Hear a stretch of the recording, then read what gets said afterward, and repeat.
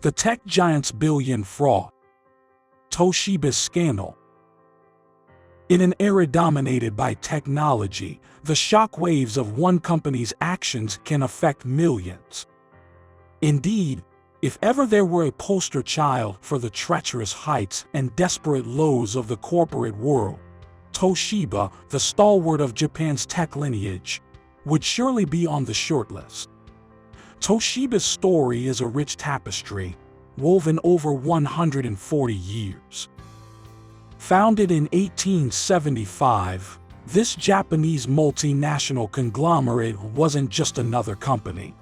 It was an institution, a beacon of technological prowess. Its name adorned everything from laptops to televisions, carving a reputation for reliability and innovation. It is the pride and joy of Japan's tech industry, where the sun seemingly never set. Toshiba, with its consistency and flair, looked as immovable as Mount Fuji itself. The 1990s and early 2000s were halcyon days for Toshiba. Their innovation in laptops and storage solutions was nothing short of revolutionary. If tech had an Olympics, Toshiba was bagging golds, leaving competitors wheezing in their digital dust. By 2000, they weren't just participating in the electronics market. They were the ringmasters of the high-tech circus.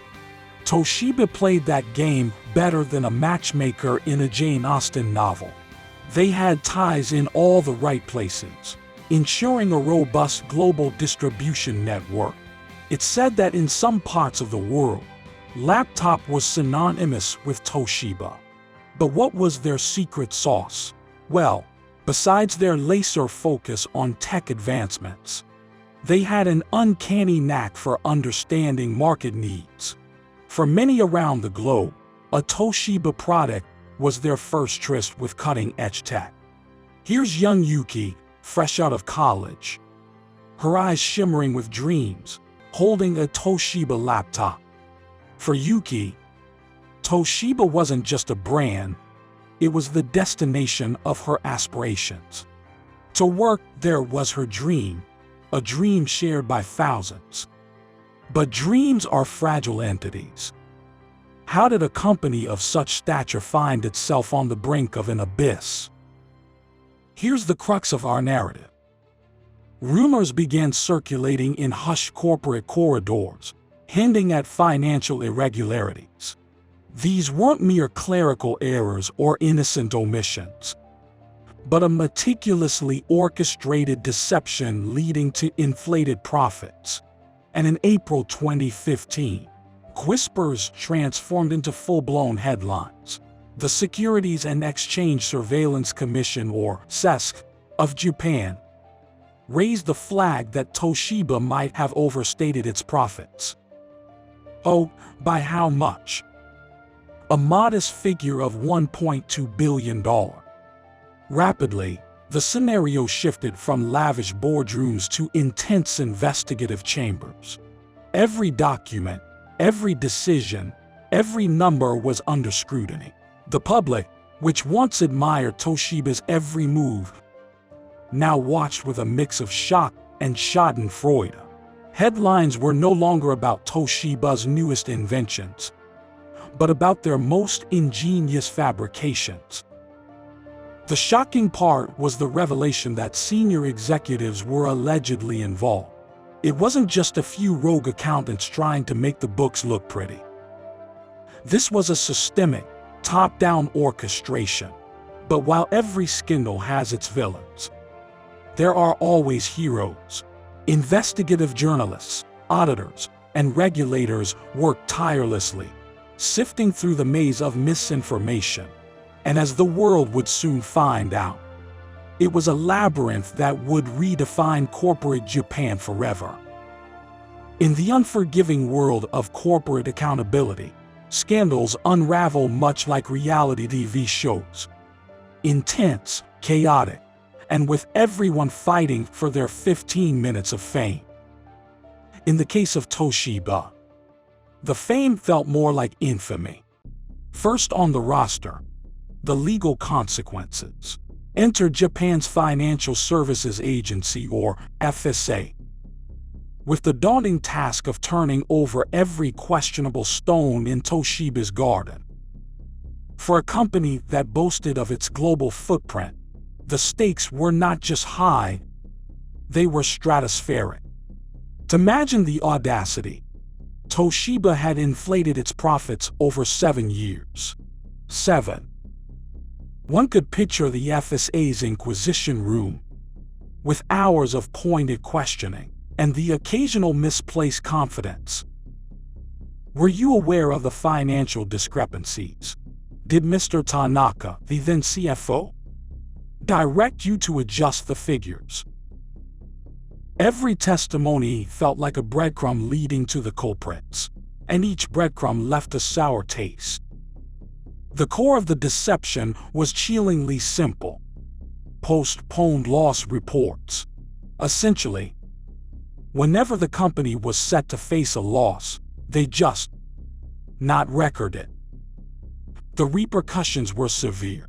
Toshiba's stock prices plunged like a lead balloon, wiping off $2.5 billion in market value in a matter of weeks. Investors weren't just angry, they were out for blood. Pension funds, institutional investors, and even the small stakeholders felt the pinch of betrayal. Internally, it was a storm. Employees faced the backlash of a scandal they didn't craft. Now, the juicy bit: criminal charges. Several of the top brass, including CEO Hisao Tanaka and several other senior execs, did the honorable thing. Or perhaps were cornered into it and resigned.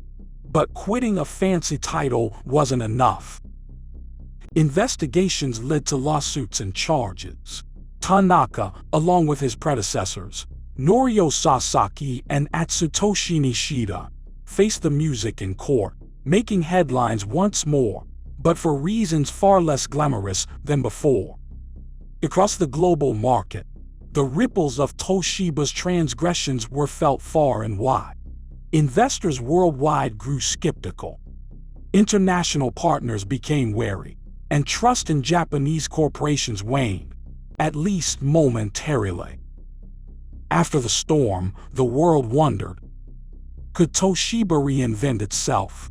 But then again, stranger things have happened. A new dawn saw Satoshi Sunakara take the reins as CEO, stepping up to the plate. He faced an Everest-sized challenge. Toshiba wasn't just repairing financial statements, it was rehabilitating its very soul. From crisis to trust became the company's new tagline. A tad dramatic, perhaps. But then drama was something Toshiba had gotten pretty good at. Under Sunakawa's leadership, the company made strategic shifts. Non-core businesses sold. Westinghouse's nuclear unit, which played a part in the financial mess, was offloaded. Corporate governance strengthened. Financial transparency became more than a buzzword. It was the lifeline to Toshiba's survival. By 2017, Toshiba reported a profit of $9.15 billion. It seemed they were not just singing, but hitting some high notes too. There's nothing the world loves more than a comeback story. Japan's corporate culture, initially shaken, now found in Toshiba. A case study in resilience and reinvention. Yes, their fall from grace had been dramatic, but their climb back to relevance was nothing short of awe-inspiring. Toshiba's story became a testament to the dual-edged sword of ambition. While reaching for the stars, it's essential not to lose one's grounding. Ethics and honesty aren't just words in a company manual. They're the foundation upon which empires stand or crumble. For Toshiba itself, it was a chance to rebuild, to rise from the ashes, and to once again shine in the tech galaxy. For the broader corporate world, Toshiba's tale served as a reminder that in the pursuit of numbers, one must never lose sight of values. Because at the end of the day, trust, once lost, is a costly affair to regain. And as Toshiba showed, with enough grit, determination, and a dash of humility, even the mightiest of falls can lead to the most inspiring of rises.